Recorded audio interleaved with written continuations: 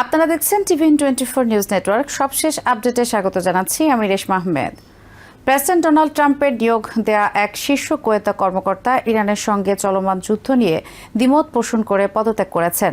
তিনি সরাসরি প্রশাসনের সেই দাবি অস্বীকার করেছেন যেখানে বলা হয়েছিল ইরান আমেরিকার জন্য তাৎক্ষণিক হুমকি ছিল।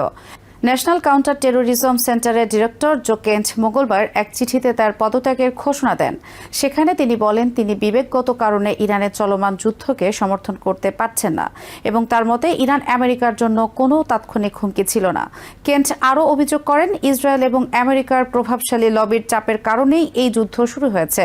ট্রাম্প কেন্টের পদত্যাগকে ভালো বিষয় বলে মন্তব্য করেন এবং তাকে জাতীয় নিরাপত্তা বিষয়ে দুর্বল বলে আখ্যা দেন। হোয়াইট হাউসে তিনি বলেন, যারা মনে করে ইরান হুমকি ছিল না তাদের প্রশাসনে রাখা উচিত নয় এবং তারা যথেষ্ট বুদ্ধিমান বা দক্ষ নন।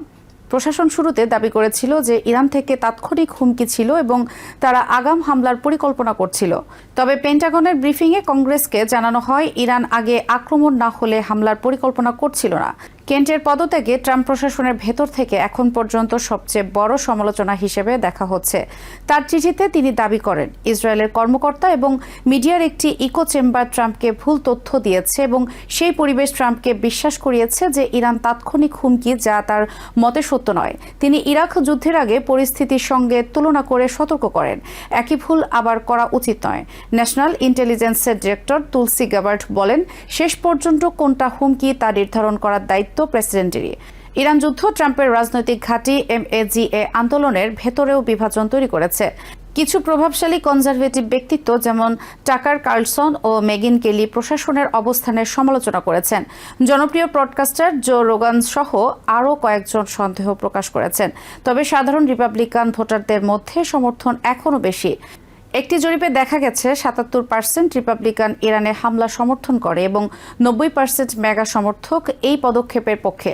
সেনেট ইন্টেলিজেন্স কমিটির শীর্ষ ডেমোক্র্যাট মার্ক ওয়ার্নার বলেন, কেন্টের অনেক মতের সঙ্গে তিনি একমত না হলেও একটি বিষয়ে কেন্ট সঠিক। তার মতে ইরান থেকে কোনো তাৎক্ষণিক হুমকির বিশ্বাসযোগ্য প্রমাণ ছিল না। অন্যদিকে রিপাবলিকান কংগ্রেসম্যান ডন বেকন কেন্টের পদত্যাগকে স্বাগত জানিয়েছেন এবং তার বিরুদ্ধে ইহুদি বিরোধী মন্তব্যের অভিযোগ তুলে সমালোচনা করেছেন। কেন্ট প্রশাসনের ভেতরে কতটা প্রভাবশালী ছিলেন তা নিয়েও ভিন্ন মত রয়েছে। কিছু কর্মকর্তা দাবি করেছেন তাকে গুরুত্বপূর্ণ গোয়েন্দা ব্রিফিং, বিশেষ করে ইরান সম্পর্কিত আলোচনায় পাশে সরিয়ে রাখা হয়েছিল, যদিও অন্যরা এই দাবি অস্বীকার করেছেন।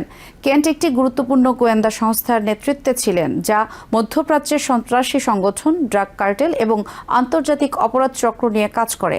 তিনি আমেরিকার সেনাবাহিনীতে ২০ বছর কাজ করেছেন এবং ১১টি যুদ্ধ মিশনে অংশ নিয়েছেন।